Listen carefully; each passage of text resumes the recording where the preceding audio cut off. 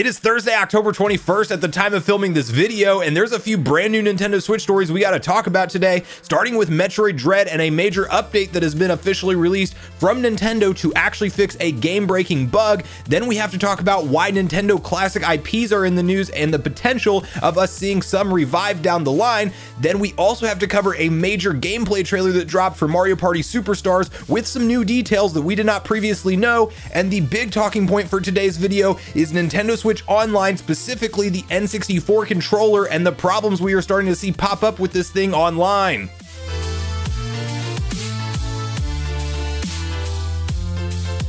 What's up, Nation? If it's your first time on the channel, make sure you join Sunbro Nation by subscribing below, hit the like button on this video if you enjoy it today, and make sure you turn on your bell notification icon so you're kept up to date with all the newest gaming news. Now, as I mentioned, guys, we're covering a few different stories today, and I want to start it off with Metroid Dread. And, spoiler alert for anybody out there, if you haven't gotten this game, you are missing out. This is a fantastic installment in the Metroid series. It wraps up the 2D story arc, and it is so exciting, and I am loving every single minute of my playthrough, which I am quickly approaching the end of. But as I get closer to the end, I'm actually glad about this story because I will indeed update my game before I play it again next time, as there was a game-breaking bug that was discovered that you can actually get locked into a specific room and not be able to progress. And I want to quickly hop over to VGC that they do a good job basically breaking down what the bug was and how Nintendo has now officially patched it for anybody that is, hopefully approaching the end of the game, that you could update your game ahead of time and not run into this potential issue. So let's read through the article together.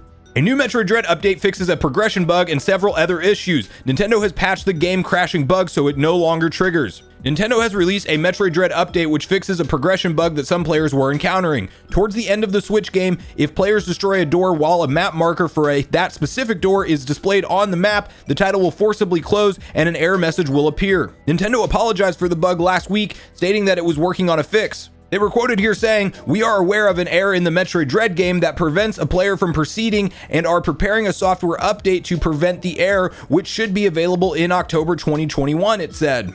That update is now here, and according to the patch notes, it's fixed a few issues, including the most notable one. It says here, fix an issue if the map marker is placed on a specific door on the map screen. The door is destroyed with the beam obtained at the end of the game. Destroying that door at the end of the game would cause the game to forcefully quit with the message, the software was closed because an error occurred," Nintendo said. So it's good to see that Nintendo quickly addressed that error and actually now seems to have it under control, so you will not have a game-breaking experience at the end of Metroid Dread, because there would be nothing worse than enjoying your entire playthrough and then you encounter that bug and you can't progress any further right towards the end of the game when you want to actually have the payoff of all the hard work that you've put into it so far. So I wanted to share that with everybody out there. The update does appear to be available now, so before you play any more on your Metroid Dread file, it might be worth going in and actually, of course, being in a save room and saving, then close your software, update it, and then progress forward with this new patch, because this does fix that progression bug. So I wanted to quickly put that out there for you guys, so that way not many Metroid fans have to hopefully encounter this bug. But I would love to hear from you guys, just all things Metroid Dread. How much are you enjoying it so far? And then also let me know if you did experience any kind of issue with this bug that was discovered in the game in the comments down below.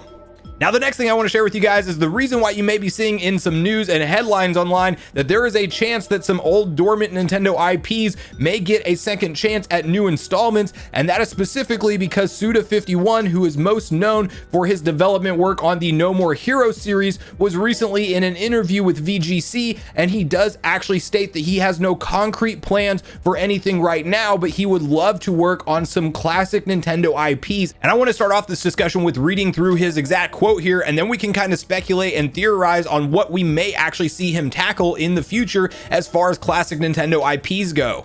So I'll link to the full interview in the description down below in case you guys are interested, because Suda51 actually does cover multiple different topics here, but the thing that stuck out to me about the classic IPs reads as follows.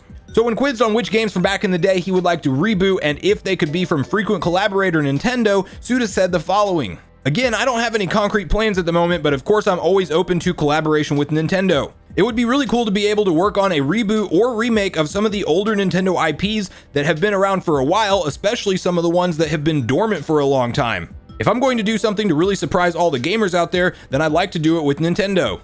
So while that is clearly not any kind of official confirmation that we will see Suda51 actually get a old Nintendo IP to reboot and bring back, it is exciting to see his enthusiasm around it as somebody with a reputation like his in the development community, that I think he could do a good job breathing life into old dormant franchises. And it kind of just got me thinking, which Nintendo franchises haven't been around for a while that, you know, we would like to see come back. And I would love to hear from you guys in the comments down below on this portion. But, you know, it got me thinking of some older games such as F-Zero, which hasn't seen an installment since GX back on the GameCube. And, you know, obviously we're going to be able to play F-Zero X on the N64 expansion pack, part of Nintendo Switch Online. You then have games like Kid Icarus that really only ever got a couple shots to actually be sold, one of which on the 3DS, and then of course the original back on the NES. And I would love to see Pit get some love and have a mainline story built around him on something like the Nintendo Switch. Then you have games like Golden Sun that are instant fan classics, and maybe we could even get super lucky and see something like a new Earthbound and or Mother 4, and maybe that'll give them a reason to localize Mother 3, as fans have not forgotten about that after all these years. So there's a ton of obvious classic Nintendo franchises that we have not seen in a long time. Punch Out, Excite Bike, you know, we did see a Punch Out on the Wii, but you know, it's been years now since we've actually been able to play that, and that was kind of more of a gimmick just for the motion control. So I would love to hear from you guys which classic Nintendo IPs you would love to see brought back. So go ahead and leave me a few of your personal most wanted in the comments down below. Now, the next thing I want to update you guys on is actually a big game that I'm super looking forward to, and it's getting very close to its actual release, and that is none other than Mario Party Superstars. And hopefully you guys aren't getting tired of this, because I've talked about it a few different times on the channel here, but as we are getting closer to its release, we are seeing more and more new information drop. And today we had a brand new video go live from IGN that actually details some new things that we did not previously know. And if you don't know, the reason I'm so hyped for this game in general is that I have always been a huge fan of the Mario Party series, and over the course of time, when they shifted away, probably the end of the GameCube era, and went into the Wii and beyond, they really went mainly towards motion controls. And while I do enjoy them in mini games here and there, I don't like the core of most mini games to all be built around motion. And I am very excited to have official confirmation that this entire game, with over 100 classic mini games that will be making their return, all support button controls and traditional style controllers, which also means we are not forced to play with Joy-Cons this time around like we were in Super Mario Party, which means you can play with your Pro controller, or if you have third-party wireless GameCube controllers like from Power A like I do, that's probably what I will actually be playing this game with. It's also great news for Switch Lite owners who could not actually play Super Mario Party because of the Joy-Con requirements on that particular console. So, you know, this is good news all around the board. And to dive into some of the features that IGN did show off in this brand new gameplay trailer, they showed some gameplay through the Horror Land board from the N64. They also have a new sticker mechanic that I guess you can kind of chat with friends or make reactions based off of what's happening. You know, if you land on something like one of their traps, you can basically throw a sticker up that says that you're upset about it, or you can do like a haha or something like that, which is, you know, what's funny about that feature being added in there is like, come on, Nintendo, if we had party chat built into Nintendo Switch Online, we could very easily communicate how we feel about different things that happens on the board game while you're playing. And of course, we have to resort to stickers with sound effects instead, because that is what Nintendo has chosen to do for online communication in 2021. Or hey, you know what, they do have online communication. You just have to download a Nintendo Switch Online smartphone app and open that up to discuss your tactics and what's going on in the game with other players. So, you know, break out your phone and play online with Mario Party Superstars. It sounds like a great combination, right? And obviously I'm being sarcastic there. I think probably 5 people have that voice app actually downloaded. So hopefully Nintendo fixes that in the future, but that's neither here nor there. They also have things like adding in turns to the game as you progress, which this is a brand new one. So I've definitely been in that final stretch run in a Mario Party game where, you know, all of a sudden it looks like I can make a super big comeback because I was able to steal a star or somehow win enough mini games that now I have a chance at the mini game star at the end of the game. You know, you start to go through different things that make you think that maybe you do have that chance to come back and win. Well, now they have a mechanic where you can actually pause the game and add additional turns. So if you can get everybody else you're playing with to agree to it, if you are about to run out of turns and you want 1 or 2 more, maybe you wager a small bet on it, you can actually do that mid-game, which I think is a very nice quality of life improvement. We previously did know that you can save where you're at in a game and exit out, but we now have the information that you can do this on up to 10 different gameplay sessions. So that means 10 separate boards that you can actually save your progress at where you're at, which is very nice because if something unexpected pops up and you're playing with a group of 4 people and one person has to dart off for some reason, you can go ahead and save that one, still play with your other friends on a brand new board game, and then come back at a later time to finish where you guys were at on the previous one. So another nice quality of life improvement. You can also change the text speed, so if you don't want to see Toad explain every last little mechanic of the game, you do have the ability to fast forward that stuff or just make it go by a lot quicker, of course. And maybe if you're a younger player, you might want to slow it down, and you have the ability to do that as well. Then another cool addition that's added specifically for the mini game mode, if you're more into just playing through the games and not the traditional board game style of Mario Party, you can actually change backdrops for different classic games, such as they showed that ball mini game where you're standing on one balancing, trying to knock the other players off of that little circle ring that you guys are all competing to stay on. And I can't remember the name of that mini game off the top of my head. Somebody tell me in the comments down below, but that one is actually changeable from either a snow background with a drop off, or you can change it to a lava background if you would like, with a drop off. You also have like the icon for each console that mini game was originally released on, which is kind of a nice throwback. So if you want to know that game came from the N64 era or the GameCube era, or I'm assuming the Wii and even Wii U era, like some of the games will be featured on there, you now have that icon up at the top right corner of the screen to show you that. So I personally am very hyped for the release of this game. It is officially out on October 29th. It will be a day one pickup for me. I'm excited to play it with some friends that, you know, I grew up playing Mario Party games my whole life and really just fell out of the series primarily due to motion controls, as I mentioned. So this will be a very exciting title for me to pick up, and I would love to hear from you guys in the comments down below if you're planning on getting Mario Party Superstars day one and what you think about these new features and quality of life improvements that we officially have information on today from IGN.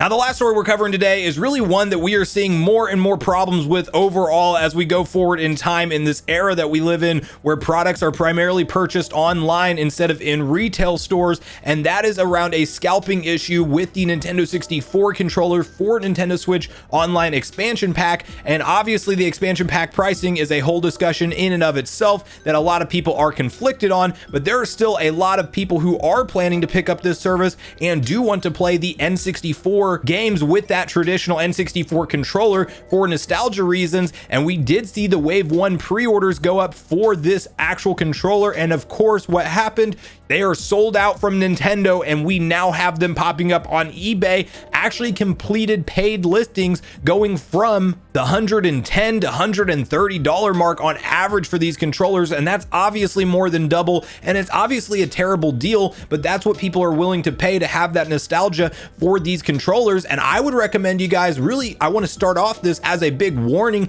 to do not fall for this, unless if you absolutely have to have that controller day one, which you still have a slight chance of doing, which we will talk about here in a moment. But you know, unless you absolutely have to start up that exact day that the Nintendo Switch Online Expansion Pack comes out with an N64 controller in hand, there is no reason to go pay scalper prices for this thing. As you know, we will see Nintendo continue to do restocks, and that's point number one, is that on the website itself, it does state that they will have more additional stock of this controller at the end of October. If I'm a betting man, I would say that comes out on October 25th when the expansion pack launches, but of course it could be anytime towards the back half of October. So that's where tip number two comes in, to not only watch Nintendo's website, but actually have a Twitter account set up that you can go in and follow some retail accounts that tweet out links as soon as they go live. The one I will personally recommend is Wario64, as that dude never sleeps, and he is always tweeting out all of the new retail links for any high demand items or just any surprise last minute sales that go live. So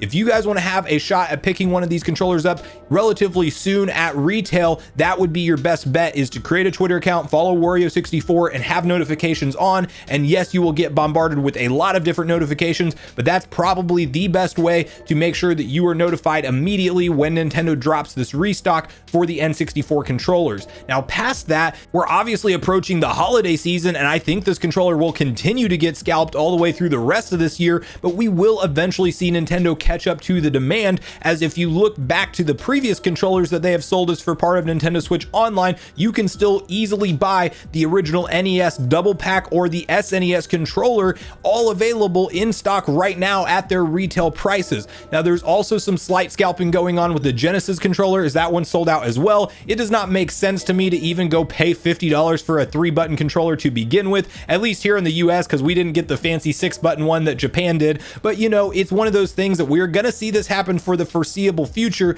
but we will see stock come back in there. So if you can live without playing day one with the N64 expansion pack on your Switch with that controller, then I would recommend you guys to absolutely wait. But obviously scalping is one of those issues that is very frustrating to everybody out there, myself included. So at this point in the video, guys, I really want to hear all your thoughts and opinions on Nintendo Switch Online expansion pack. I know there's a ton of talk around the pricing, but what do you think specifically around this N64 controller situation? And will you personally be on the hunt for one when they do the restock in October, or are you going to let this one pass you by and just worry about it later on? So I do look forward to hearing all your thoughts and opinions and feelings on everything we talked about today in the comments down below, as I do look forward to getting a back and forth conversation started with you all around these topics. Thanks so much for watching the video today, everyone. I do truly appreciate you all sticking around until the end. I do at this point in the video want to invite you all one more time to join Sunbro Nation if you haven't done so already. Do so by subscribing below, hit the like button on your way out if you enjoyed it today, and make sure you turn on your bell notification icon so you're kept up to date with all the newest gaming news. That's going to do it for me, guys. I hope you all have a great day. Sunbro Nation, out.